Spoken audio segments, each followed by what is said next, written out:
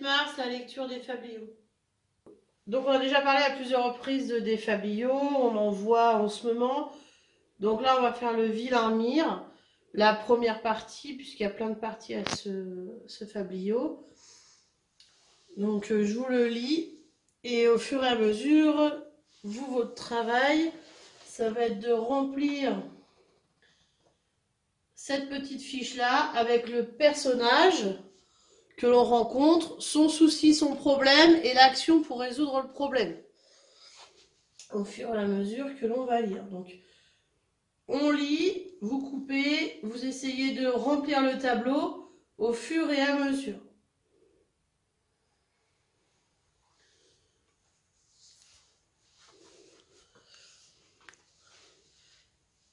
Il y avait jadis un paysan fort riche, travailleur, mais très près de ses sous, avide. Donc le paysan, c'est le vilain. Donc il est très proche de ses sous. Il veut tout garder pour lui. Par tous les temps, il attelait ses 2 chevaux et partait avec eux cultiver ses champs. Bien sûr, il avait tout le pain, toute la viande, tout le vin qu'il fallait, mais pas de femme. À ses amis, qui l'emblâmaient, il répondait: Trouvez-m'en une, je me marie tout de suite. Ses amis, un jour, le prennent au mot. Ils lui en trouveront une, disent-ils, la meilleure qui soit. Donc déjà dans cette partie-là, quels sont les personnages, quel est le problème et quelle va être la solution. Là, vous pouvez déjà commencer à répondre. Or, dans le même temps, dans le même pays, vivait un chevalier veuf et qui avait une fille fort belle, ma foi, et distinguée. C'était seulement l'argent qui leur manquait. Les filles sans dot attendent longuement leurs noces. La dot, c'est de l'argent ou un bien que l'on peut donner à son mari. Mais là, elle n'en a pas, m'a-t-on dit. En tout cas, le chevalier n'arrivait pas à trouver un mari pour la sienne, malgré toutes ses qualités. Les amis du paysan, qui le savaient, allèrent le trouver, lui firent un beau portrait de leur compagnon et de ses richesses en or, en argent, en beau linge, et le père accepta. La fille, qui était obéissante et qui n'avait plus sa mère, hélas, n'a pas osé dire non. Elle ne voyait pas ce qu'elle pouvait faire d'autre. Donc là, de nouveaux personnages sont apparus, n'oubliez pas de remplir. Avec d'autres problèmes. Le paysan, donc qui est toujours le vilain, lui, une fois la lune de miel terminée, donc une fois qu'il a été marié, vite terminée, se demanda s'il n'avait pas fait une très mauvaise affaire en épousant ainsi une femme de chevalier, une fille de chevalier. Il fallait bien qu'il continue de travailler au champ, s'il voulait rester riche. Et pendant ce temps-là, pendant qu'il serait à la charrue, loin de la maison, sa dame, sans doute, y ferait rentrer des damoiseaux. Les damoiseaux, ce sont d'autres hommes. Jour de travail comme jour de fête, le curé viendrait la cajoler, matin et soir. Bref, le paysan était jaloux. Je suis marié, se disait-il, c'est fait. Le repentir ne sert à rien, mais je peux me défendre d'avance contre tout ce qu'elle pourrait faire. Si je la bats tous les jours, elle pleurera tellement toute la journée pendant que je serai au champ que personne ne pourra plus même penser à lui conter fleurette. Et tous les soirs, quand je reviendrai, je lui demanderai pardon, je la consolerai. Donc chaque jour, l'idée du paysan, c'est de battre sa femme pour pas qu'elle rencontre d'autres hommes, parce qu'elle pleurerait de trop, et chaque soir, son idée, c'est de la consoler pour qu'elle revienne vers lui. Il se résout à cela, le vilain. Le lendemain, de bonne heure, aussitôt qu'ils ont mangé le pain, le fromage, les œufs à la poêle, aussitôt qu'elle a débarrassé la table, de sa grosse main, il lui allonge d'énormes gifles qui laissent la trace des doigts sur les joues. Il la saisit par les cheveux et il l'abat, tout comme si elle l'avait mérité. Puis il court à ses champs. Donc continuez bien à remplir la petite fiche. Il l'avait bien prévu. Sa femme pleure. Elle pleure sur sa mère morte, hélas. Elle se maudit d'avoir accepté un pareil mariage. Est-ce que j'allais mourir de faim? Pourquoi n'ai-je pas dit non à mon père qui me livrait? Toute la journée, elle se lamente. Et le paysan, le soir, quand il revient, se jette à ses genoux.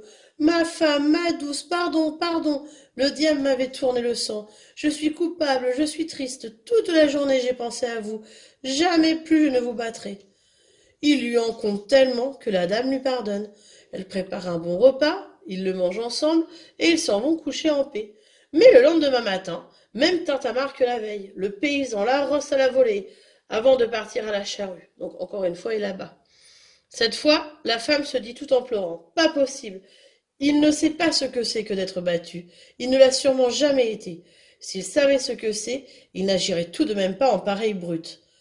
Et voilà que, passant sur le chemin, deux messagers du roi montés sur des chevaux blancs, ils saluent la dame et lui demandent si elle veut bien à se restaurer et se reposer un peu chez elle. Ils sont fatigués. Volontiers, messire, voilà du pain, du fromage et du vin. D'où êtes-vous donc, si je puis savoir? Vous cherchez quelque chose? Le roi nous envoie chercher un médecin. Nous devons passer en Angleterre. Pourquoi en Angleterre? Dit la dame. Il faut un très grand médecin. La fille du roi, Had, est malade. Depuis 8 jours, elle ne peut plus ni manger, ni boire. Une arête de poisson lui barre et lui bouche le gosier. Donc le gosier, c'est la gorge. Le roi nous a comme... Les bons médecins ne sont pas tous au loin, répète la dame. Mon mari s'y connaît pour les humeurs. Je crois qu'il est aussi savant qu'Hippocrate. Donc Hippocrate, c'est un grand médecin. Donc du coup, la dame, elle va commencer à faire un petit plan grâce à ces deux chevaliers qui sont arrivés sur leur cheval blanc, ces deux messagers du roi. Et elle commence à faire un petit plan pour punir son mari de l'avoir battu si souvent. Vous voulez rire? Oh non, fait-elle, je n'ai guère cœur à rire. Mais c'est vrai qu'il est drôle, je vous préviens. Il est fait de telle sorte, il est si paresseux qu'on n'obtient rien de lui si on ne le bat pas. Vous dites? Ce que je dis. Il faut le battre pour qu'il accepte de vous soigner. Comme c'est curieux. Comme c'est curieux, mais c'est tout de même commode. Il guérit fort bien les malades quand il a été battu. Donc voilà le plan de la dame, c'est de faire battre son mari et du coup de se venger. Bon, soit, bon, on n'oubliera pas. Vous pouvez nous dire où il est à cette heure-ci. Donc vous essayez de remplir le petit tableau, vous coupez la vidéo, vous relisez tant qu'il faut et vous remplissez ce petit tableau que l'on corrige tout de suite.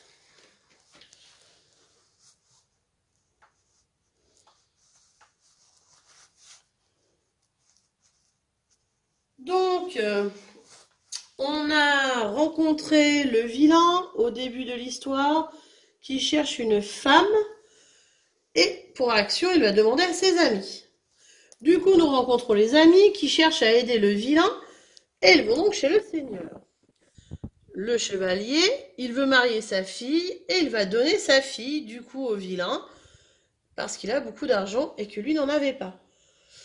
La fille du chevalier veut que son mari arrête de la battre, c'est bien son gros problème. Elle dit au messager du roi que son mari est un médecin très compétent mais qu'il faut le battre sinon il guérit personne.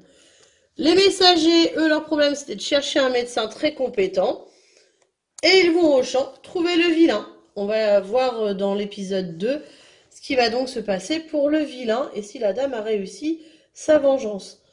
Donc voilà pour ce tableau. Donc vous voyez, il y a encore des cases puisqu'on rencontrera d'autres personnages au fur et à mesure des séances.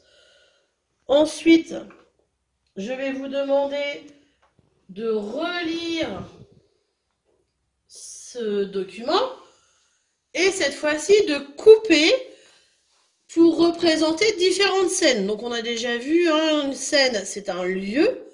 Donc à chaque fois qu'on va changer d'endroit, on va couper, vous faites deux petits traits pour couper et pour marquer une scène différente. Donc vous réfléchissez, vous coupez la vidéo et on regarde le résultat.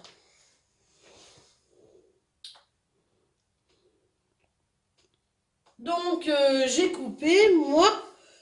Donc on va aller de « Il avait jadis un paysan fort riche » jusqu'à la meilleure qui soit. Ici, on n'a que le paysan.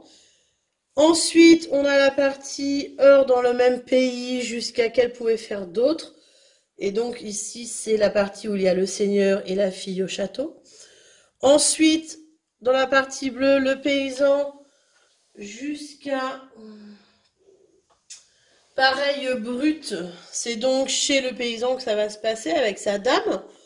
Et ensuite, on va avoir deux nouveaux personnages. Donc on est toujours chez le paysan, mais il n'y a plus le paysan, il y a cette fois-ci les messagers.